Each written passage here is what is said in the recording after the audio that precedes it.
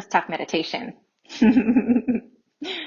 So there are all different styles of meditation out there, and I thought it might be helpful if I share something that I practice, because I think that there are these ideas that meditation is supposed to be about clearing your mind, and you're floating in lotus, hovering off of the earth, and that's never been my experience, and I think that's true for most humans.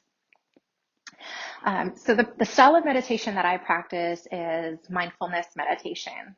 And in Buddhism, it's referred to as Vipassana. And, one of the benefits that this has given me is that I designate a particular time of day. I prefer to meditate in the morning.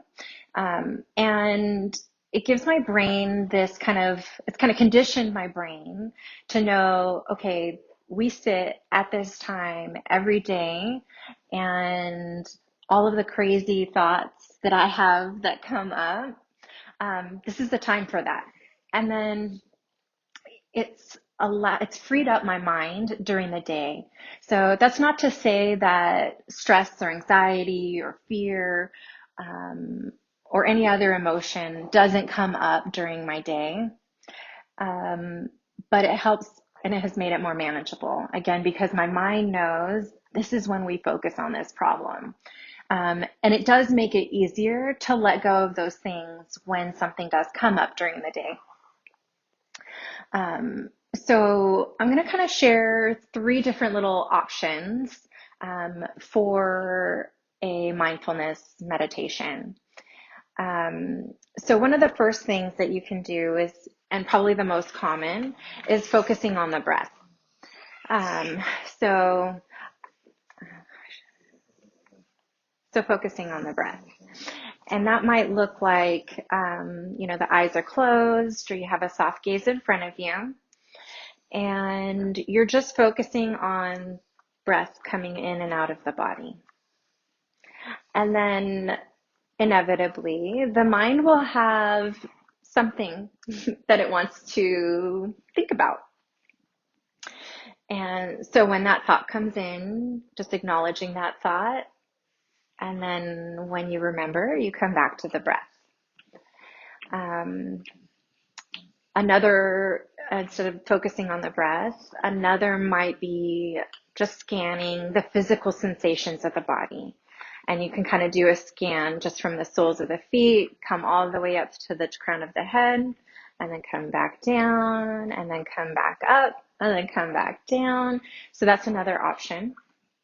And the same thing. So, you're scanning, you're at your ankles, and the brain wants to tell you about, your ridiculous electricity bill or whatever it is. And then you acknowledge, I'm aware, thank you, brain, and then come back to scanning the body. And then another option is trying to connect with the heart. So even holding the hands over the heart and trying to feel the rhythm of the heart. So the heart beating in the chest. And same thing. So when chatter of the mind starts to surface, acknowledging it, and then coming back to that mindfulness. And sometimes the mind is persistent. Okay, so maybe it's not as troublesome or as easy as, okay, I need to remember to pay my electric bill. Maybe it's something deeper. Maybe it's something more serious. Maybe it's a challenge that you're having in a relationship, or, conflict that you're having at work, or maybe just an overall unhappiness about something in your life. And those are really big things.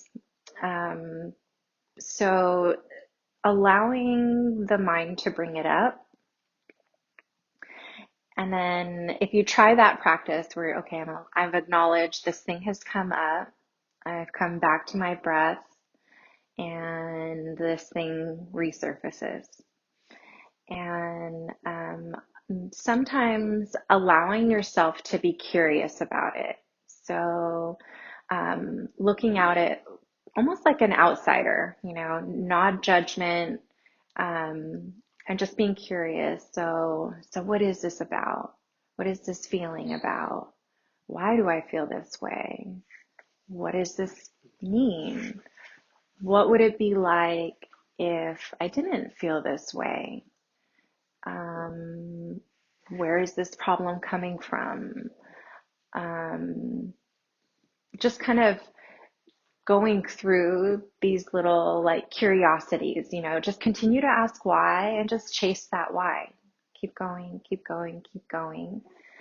And then when you feel like you've exhausted that curiosity, come back to the breath, come back to the body scan, or come back to that heartbeat. Another little trick that I use is I'll label things. So sometimes they aren't necessarily a stress. It could just be something that the mind is continuing to recur and bring back to me. And so sometimes just simply acknowledging it. So saying, thank you, brain, for reminding me about my electric bill. And then labeling it. And so I like to use one of these three labels. So it's either good, bad, or indifferent. And that could be like good in terms of how it makes me feel, or good in terms of its relevance in my life. So giving it a tag, labeling it, just acknowledges, says, thank you, brain. Thank you for bringing this up. This is indifferent. And then allows it to kind of move on and then come back to that breath, body scan, or the heartbeat.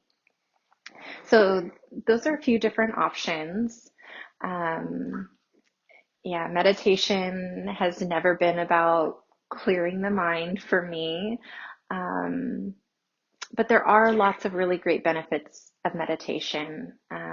Like I said, one of the main ones is that it gives my body the permission, or my brain the permission. Like this is our focus time every day. So when I want to get all chatty, we can look at it here if it's something that needs to be looked at. And so that does take time. That's not something that you're going to build after a day or 10 days of meditation. It does need to become a habit in your life. And then another thing is it does give you confidence. Just to know, like, okay, I'm aware of this issue. I'm aware of what's coming up for me. And you start to identify these patterns in your thinking. And you know yourself. And, another trick that I use is when there's a thought that comes up, I also try to look and see, where do I feel this in my body? So like, like my electric bill. Okay, where do I feel this stress? Like what in the body is talking to me right now? So like, oh, I feel a little bit of tightness in my chest right here. Or, ooh, my shoulders are kind of tensing up. Or maybe I feel heat in my throat, so just looking in the body and noticing, like, how is this affecting the physical sensations in my body? And so that's another benefit, where now you've looked at these patterns, right? You notice, wow, I carry a lot of stress in my shoulders, or wow, I'm tensing up a lot in my back. No wonder my back is so sore. So it's a way to also recognize when you're in a moment, maybe interacting with someone, and you recognize these physical sensations in the body, and then it creates this trigger, like, oh, this is a source of stress for me, or oh, I behave this way as a result of this interaction, and this is where I feel it. Or these are the thoughts that come up. This is the thought pattern that I have when I'm in this situation. Um, so those are a few of the benefits that I've found with meditation. A couple of other tips and tricks. Pick a time of day and try and be consistent with it. So I know that there are studies that say that, starting first thing in the morning or at night before you go to bed, which is great. Experiment with all of it though, because each of us are a little bit different. Our energies are different at different times of day. And maybe you'll notice that you're better prepared to deal with stress at a certain time of day. Maybe it is first thing in the morning, or maybe it's around your lunch hour, or maybe it's after breakfast, or maybe it's after dinner or right before bed. So experiment with that, but then try to be consistent. So, say I'm going to try every day for a week to meditate for at least 5 minutes at 6 a.m. and then be consistent with it and then experiment with that. And then challenge yourself with the time too. So starting with 5 minutes may feel like a lot as you're sitting there with your 5 minutes, but continue to stretch that out. So adding a little extra minute, maybe 2 minutes, maybe try 15, maybe take it to 20, maybe 30 minutes. I don't know, maybe you're sitting there for an hour. But creating consistency is really, truly key in creating a successful mindfulness practice. All right. So thank you for letting me share. Good luck. And I'm happy to entertain any questions or concerns in the comments here. So thank you. Thank you.